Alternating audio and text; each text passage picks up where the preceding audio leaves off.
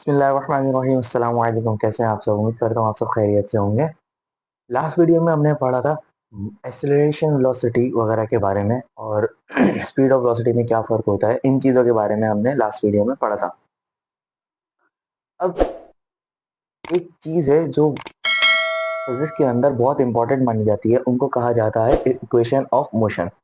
यानी मोशन की कुछ इक्वेशंस जो साइंटिस्ट ने बनाई है, उनको हम आज इस वीडियो में पढ़ेंगे। ये इक्वेशंस बहुत इंपॉर्टेंट है। अब ये क्वेश्चन कहाँ से आई, किसने दी? तो सर आइजैक न्यूटन 17वीं से सदी के बहुत माने जाने वाले बड़े नामी गिरामी साइंटिस्ट माना जाता है जिन्हें सर आइजैक न्यूटन।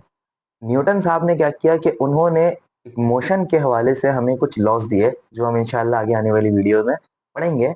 उन लॉज को मद्देनजर रखते हुए साइंटिस्ट ने उन लॉज के ऊपर स्टडी की और मोशन की हरकत को जाना कि किस तरीके से मोशन का सारा मामला वगैरह जो होता है किस किस अंदाज में होता है, और उन मोशन की स्टडी करते करते उन्होंने ये 3 इक्वेशंस बनाई जो आज की वीडियो में हम पढ़ेंगे। इन इक्वेशन को बनाने का मकसद क्या था कि मोशन को, डिस्टेंस को मालूम करना, वेलोसिटी, एक्सेलरेशन, इन चीज़ों पर मद्देनज़र रखते हुए इन चीज़ों के साथ, इन चीज़ों की एक फ़ॉर्मूले के तहत, इन चीज़ों के जाने जाने के तहत मोशन को, डिस्टेंस को किस तरीके से जाना जाए, किस तरीके से उसकी मैथमेटिकली इक्वेशन निकाली जाए, मैथमेटिकली उसका कितना हुआ, क्या हुआ, डिस्टेंस कितना हुआ, कितना फासला तय किया गया, इन चीज़ों को निकाला जाए। इसके लिए साइंटिस्ट ने ये कुछ इक्वेशंस यानी 3 इक्वेशंस जो है वो बनाई। अब सबसे पहली इक्वेशन कौन सी इक्वेशन है? सबसे पहली इक्वेशन में हम फाइनल वेलोसिटी के बारे में समझो, फाइनल वेलोसिटी की वैल्यू को मालूम करते हैं कि किस तरीके से फाइनल वेलोसिटी मालूम की जाए। अब ये इक्वेशन जो है वो स्टार्ट होती है सबसे पहले कुछ चीजें हैं जिनको जानना जरूरी है। बस चैप्टर कौन सा है? काइनेमेटिक्स।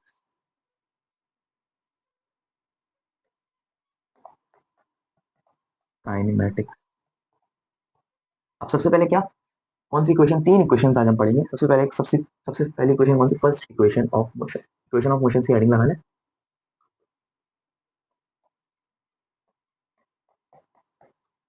Equation of motion. सबसे पहले फर्स्ट इक्वेशन ऑफ मोशन।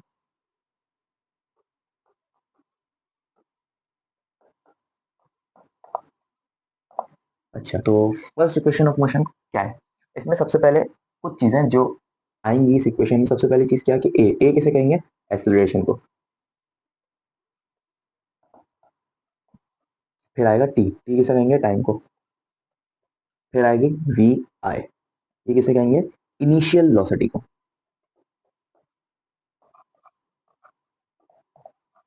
और फिर आएगा वी एफ, ये किसे कहेंगे? Final velocity. अब ये इनिशियल और फाइनल वेलोसिटी का क्या चक्कर है? इनिशियल वेलोसिटी मतलब कि जब मोशन जो है वो इस डिस्टेंस जो ट्रेवल करना स्टार्ट हुआ था, उस वक्त की स्पीड क्या थी?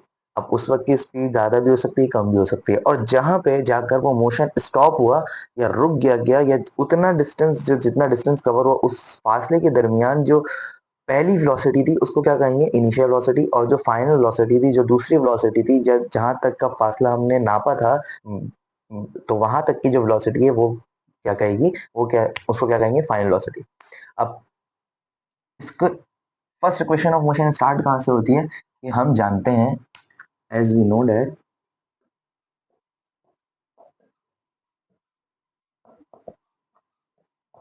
ये चीज हमने लास्ट वीडियो में पढ़ी थी। क्या चीज? एक्सेलरेशन का फॉर्मूला। एक्सेलरेशन का फॉर्मूला क्या था? क्या था एक्सेलरेशन का फॉर्मूला? जल्दी बताओ। एक्सेलरेशन का फॉर्मूला था a is equals to V F minus we I divided by t. इस ये वाली जो इक्वेशन ऑफ मोशन है ये स्टार्ट होती है यहाँ से। एक्सेलरेशन का फॉर्मूला क्या था? V F minus we I divided by T. अब यहाँ पे सिर्फ एक चीज है टी, उसको हम क्या करेंगे? यहाँ पे भेज देंगे। अब टी को हमने यहाँ पे भेजा तो ये क्या हो गया? A T is equal to V F minus we i. सही है। अब ये ए टी, ये वी एफ, ये माइनस की चीज हमेशा बुरी लगती है, ऐसा कुछ नहीं है, लेकिन माइनस की चीज को हम यहाँ से अगर यहाँ पर भेजें तो वो क्या हो जाएगा? पॉजिटिव का। हमेशा नेगेटिव चीज जो होती है वो नेगेटिव कहलाती है ना, तो नेगेटिव को खत्म करना है। नेगेटिव को खत्म करने के लिए नेगेटिव वाली वैल्यू को पॉजिटिव की तरफ यानी इस तरफ भेज देंगे तो ये क्या क्या हो जाएगी? पॉजिटिव। जब इसको इधर भेजा तो V I plus A T is equals to क्या बन गया? V F. अब हमें मालूम क्या करना था? V F. तो जो चीज मालूम करनी होती है उसको उसूली तौर पर कहाँ भेज दिया जाता है, लेफ्ट साइड पर, ताकि अच्छा लगे। तो इसको हम इस तरीके से भी लिख सकते हैं, किस तरीके से कि V F is equals to we I plus A T. तो ये हमारी कौन सी इक्वेशन हो गई, फर्स्ट इक्वेशन ऑफ मोशन, यानी जिस इक्वेशन में हम वी एफ की वैल्यू को मालूम कर सके। तो ये थी पहली इक्वेशन ऑफ मोशन। अब इसके बाद दूसरी इक्वेशन ऑफ मोशन जो डिस्टेंस पर है, कि डिस्टेंस किस तरीके से माना जाए, डिस्टेंस किस तरीके से मालूम किया जाए, उसके बारे में है। तो दूसरी इक्वेशन ऑफ मोशन की हेडिंग है सेकंड इक्वेशन ऑफ मोशन। और ये चीज याद रखिएगा, ए चीज ए किसके लिए इस्तेमाल होगा, टी किसके लिए, वी आई किसके लिए, वी एफ किसके लिए, और एक इसमें नई टर्म आ जाएगी कौन सी, डिस्टेंस की। तो डिस्टेंस के लिए क्या इस्तेमाल होगा, एस।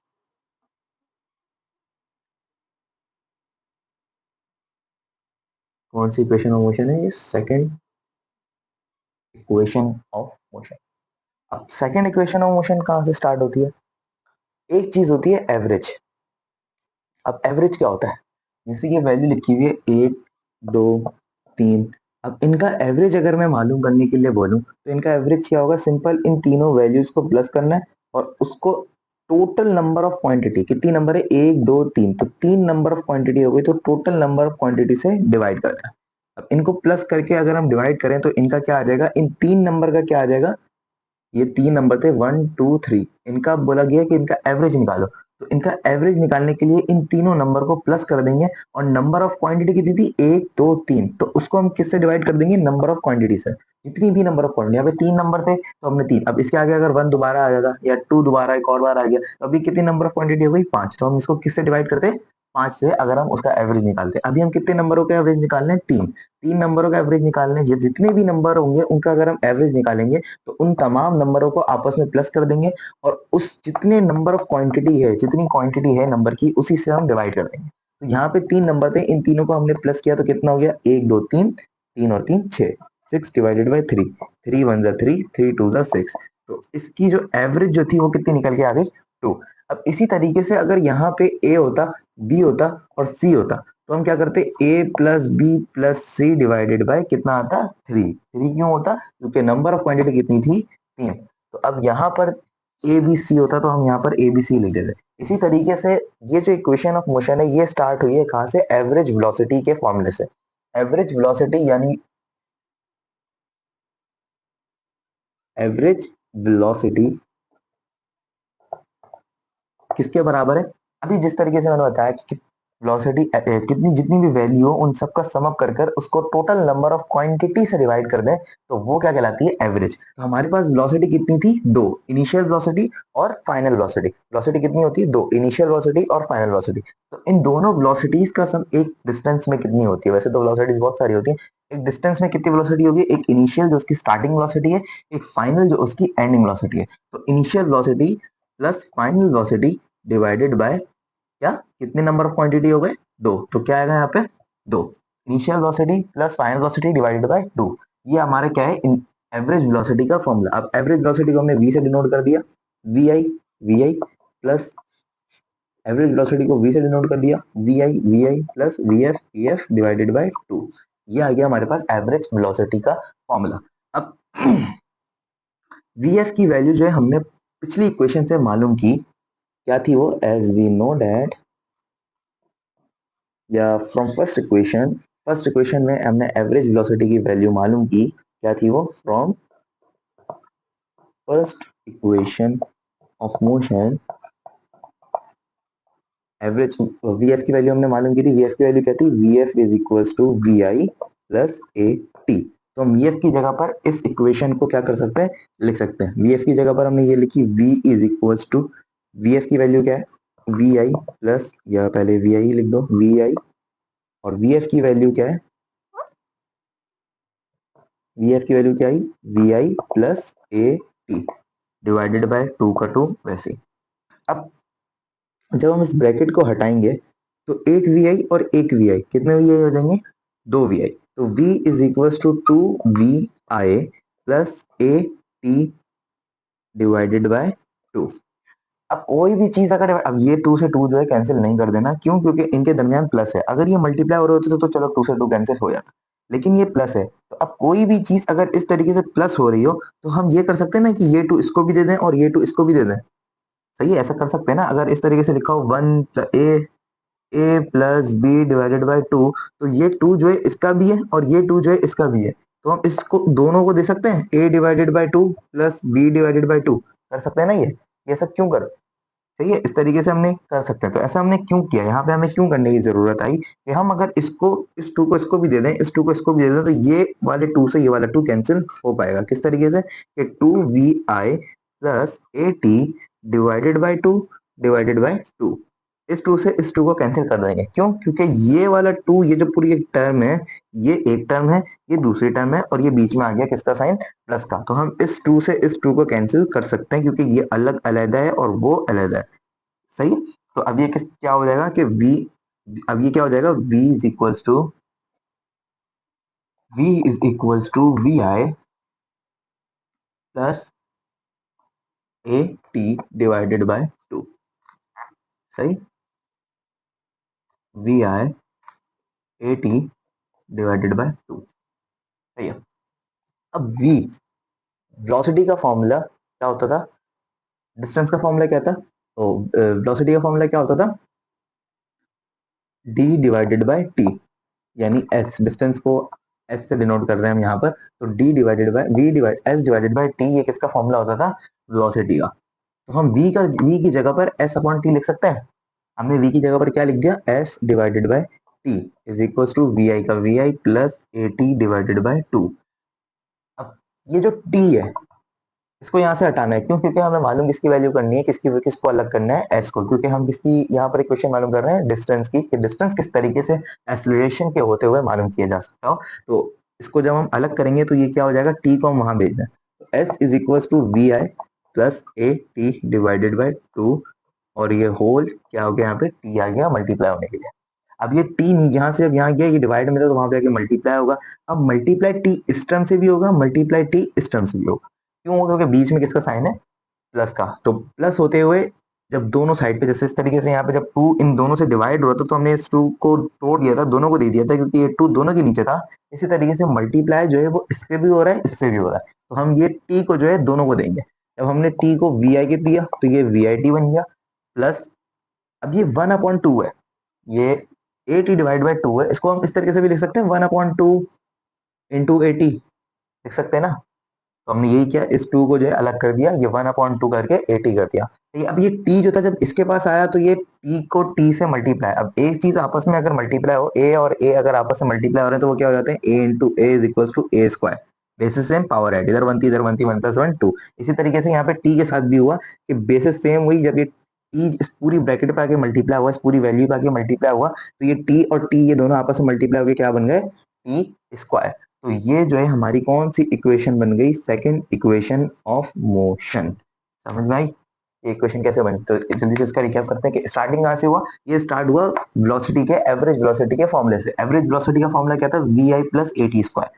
ओ, एवरेज वेलोसिटी का फॉर्मूला क्या था? V I plus V F divided by 2। जितनी भी वेलोसिटीज हो उन सबका सम करो और उसको नंबर ऑफ क्वांटिटी से डिवाइड कर दो, तो ये होता है एवरेज का नॉर्मल फॉर्मूला। किसी भी चीज का एवरेज निकालना हो तो उसकी जितनी भी क्वांटिटीज होंगी उन सबको प्लस करेंगे, उनकी वैल्यूज को, और नंबर ऑफ क्वांटिटी से डिवाइड कर देंगे जितनी भी क्वांटिटी हो।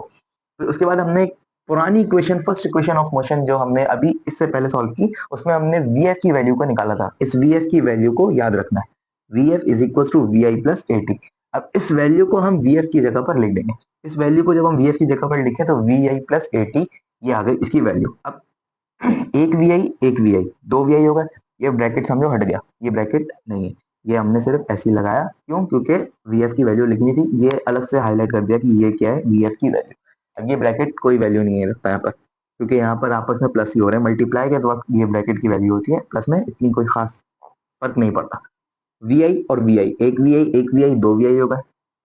ए टी ऐसे आ गया। अब इन सब के नीचे क्या था? टू। टू जो था इसके नीचे भी था, टू इसके नीचे भी था, हमने इन दोनों को अलग अलग कर दिया।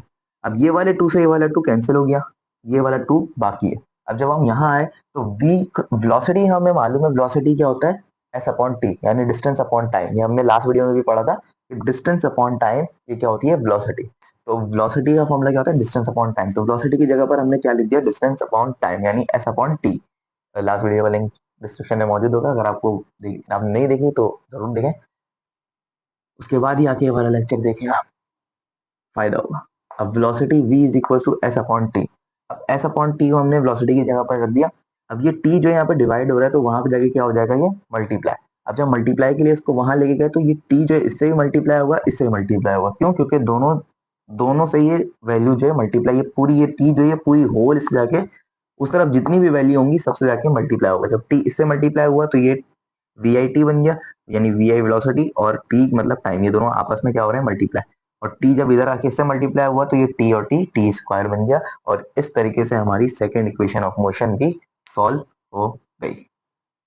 कौन सी इक्वेशन ऑफ मोशन हुई? Second equation of motion solve हो गई। अब तीसरी इक्वेशन ऑफ मोशन देखते हैं।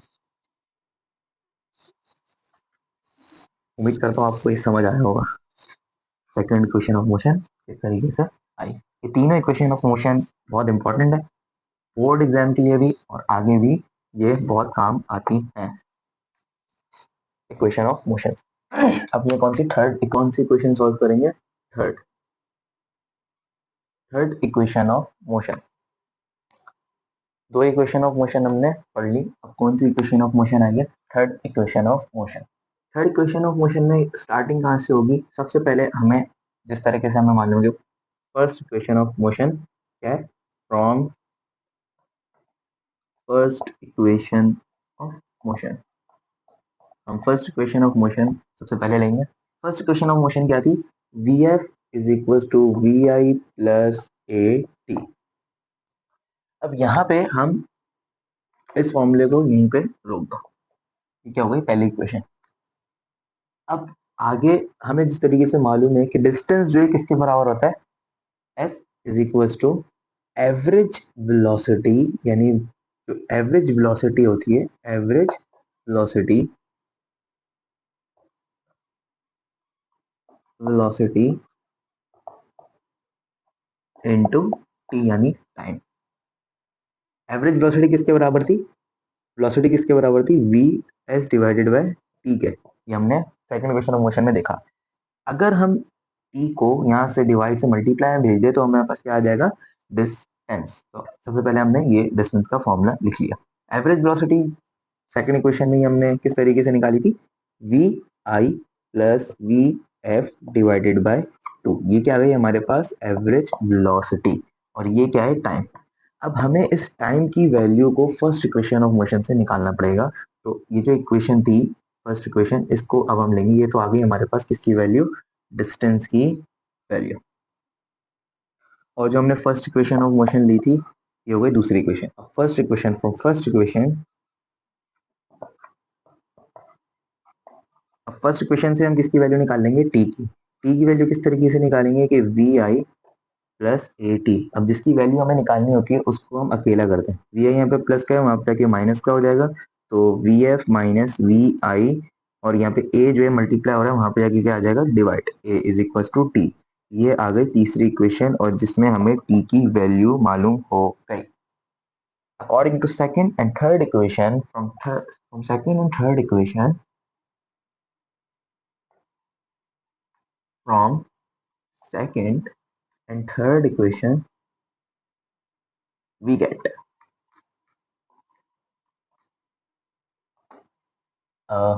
yeah, from second and third equation put in on the equation, third equation put in second equation, equation 3 put in 2।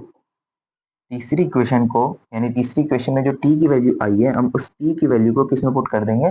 Second equation में। ठीक है, तो सेकंड इक्वेशन क्या थी? s is equal to we I plus a divided by two. और इस t की जगह पर हम क्या लिख देंगे? t।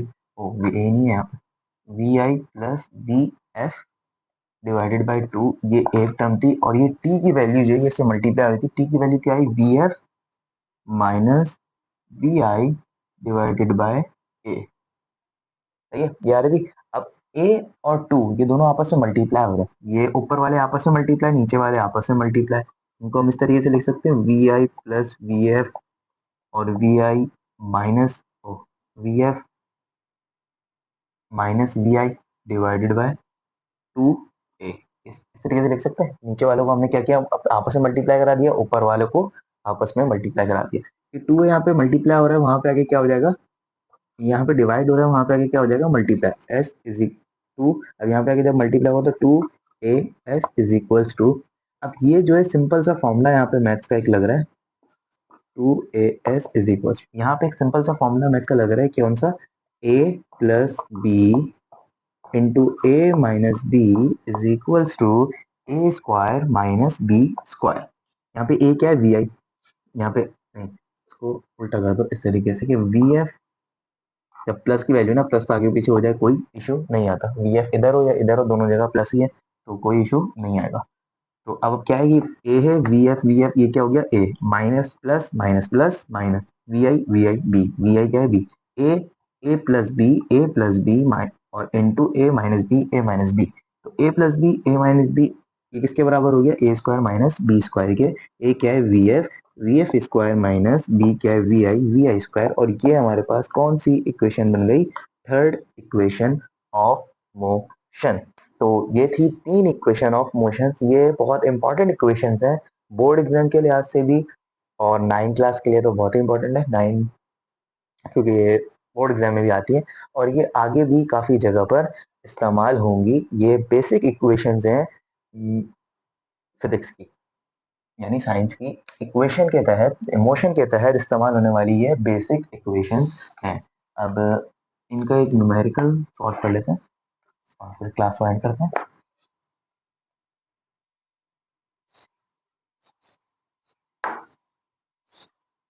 अब इसका न्यूमेरिकल क्या है कि एक गाड़ी जो है वो मूव कर रही है,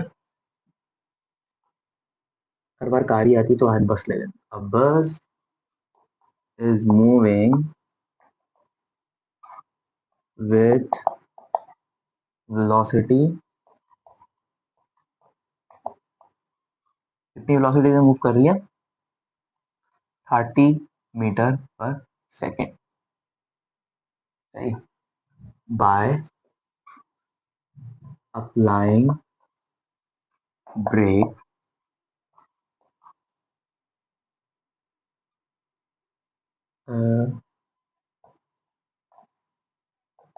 its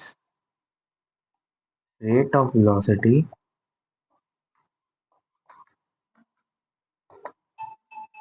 becomes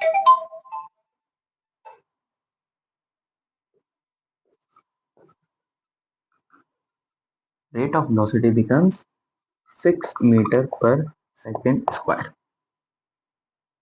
अब ये जो एक क्वेश्चन है, अब इस क्वेश्चन में हमें क्या क्या दिया हुआ है, फाइंड क्या करना है, फाइंड देखो, फाइंड डिस्टेंस,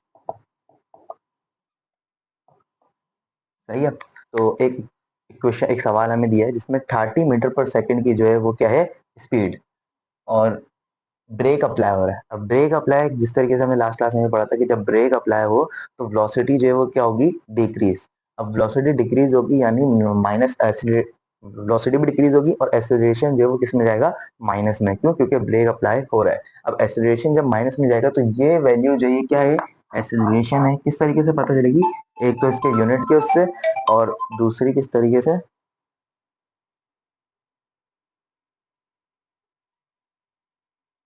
आ रहा हूँ 5 मिनट में आ रहा हूँ, वीडियो बना रहा हूँ, रुक जा, आ रहा हूँ।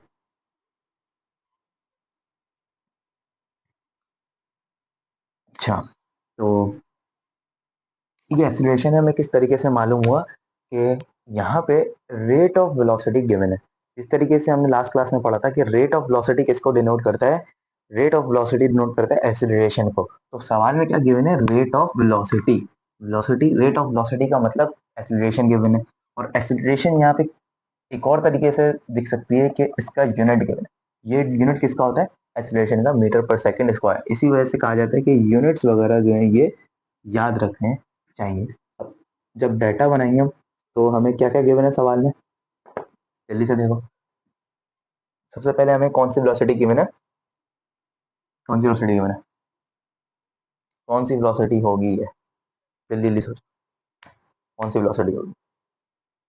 देखो सिंपल सी बात, गाड़ी चल रही है तो अभी उसकी जो वेलोसिटी दी जा रही है वो कौन सी दी जा रही है, इनिशियल वेलोसिटी। क्यों, क्योंकि गाड़ी जो है ये बता रहे हैं कि इतनी स्पीड से चल रही है। अब इतनी स्पीड से चल रही है, कुछ टाइम इतनी स्पीड से तो चली है, लेकिन अब अप्लाई हुआ ब्रेक। अब स्पीड से चल रही थी, ब्रेक अप्लाई हुआ, तो उसकी इनिशियल वेलोसिटी इन्होंने क्या बता दी कि स्पीड कितनी थी, 30। अब जैसे ही ब्रेक गाड़ी पर अप्लाई हुआ, उसकी वेलोसिटी कम होने लगी, कम होने लगी, कम होने लगी, और इसकी फाइनल वेलोसिटी क्या हो जाएगी, जीरो। क्यों, क्योंकि वो ब्रेक अप्लाई होते होते गाड़ी जो एक जगह जाकर स्टॉप हो गई, रुक गई। तो उस वक्त ये जो इतना टाइम ये जो हुआ, इनके दरमियान जो एक्सेलरेशन हुई, कांस्टेंट एक्सेलरेशन, ये सारी इक्वेशंस जो है किसके किसके ऊपर डिपेंड करती है, कांस्टेंट या यूनिफॉर्म एक्सेलरेशन के ऊपर डिपेंड करती है, जिनमें एक्सेलरेशन जो होता है वो कांस्टेंट होता है। ये इक्वेशंस जो है ये सारी जितनी हमने तीनों पढ़ी है, एक्सेलरेशन कांस्टेंट एक्सेलरेशन के ऊपर ही काम करती हैं, वर्क करती हैं। एक्सेलरेशन जहाँ पर कांस्टेंट हो, तो ये रेट ऑफ वेलोसिटी यानी एक्सेलरेशन गिवन है। एक्सेलरेशन यहाँ पे हमें कितनी गिवन है, 6। और ये कौन सी वेलोसिटी हुई, इनिशियल नहीं, इनिशियल वेलोसिटी हुई, क्योंकि इनिशियल वेलोसिटी हमें गिवन है कितनी, 30 मीटर पर सेकंड। ये इनिशियल वेलोसिटी ही क्यों हुई, क्योंकि हाँ ये गाड़ी जो है चल रही है, ये हमें बता रहे हैं कि इसकी इनिशियल वेलोसिटी इतनी है, गाड़ी चल रही है और उसकी वेलोसिटी इतनी है, और इतनी वेलोसिटी पे ब्रेक अप्लाई हुआ, ब्रेक अप्लाई हुआ तो उसकी वेलोसिटी जो है वो कम होने लग गई, और आखिर में इसकी फाइनल वेलोसिटी क्या होगी, वीएफ इसका क्या हुआ, 0 मीटर पर सेकंड। और ब्रेक उसके बाद एक्सेलरेशन गिवन है 6 मीटर पर सेकंड। ये एक्सेलरेशन है, ये ब्रेक अप्लाई होने के बाद है, तो ये कौन सी एक्सेलरेशन होगी, ये एक्सेलरेशन किस में आएगी, नेगेटिव में। क्यों, क्योंकि ब्रेक अप्लाई हुआ, तो जब भी ब्रेक अप्लाई होता है तो नेगेटिव एक्सेलरेशन जो है वो पीछे जाती है, नेगेटिव की तरफ जाती है। तो एक्सेलरेशन कितनी है, -6। माइनस हम क्यों लेंगे, क्योंकि ब्रेक अप्लाई हुआ, और हमें मालूम क्या करना है, डिस्टेंस यानी S equal to question mark. अब ये कौन सी इक्वेशन थी जिसमें ये तीनों वैल्यूज आ रही थी, तो सिंपल सा जवाब, जल्दी जल्दी सोचो कौन सी इक्वेशन थी, इसमें ये s a t v f और वी आई आ रहे थे, ये कौन सी इक्वेशन थी, third equation of motion, from third equation of motion.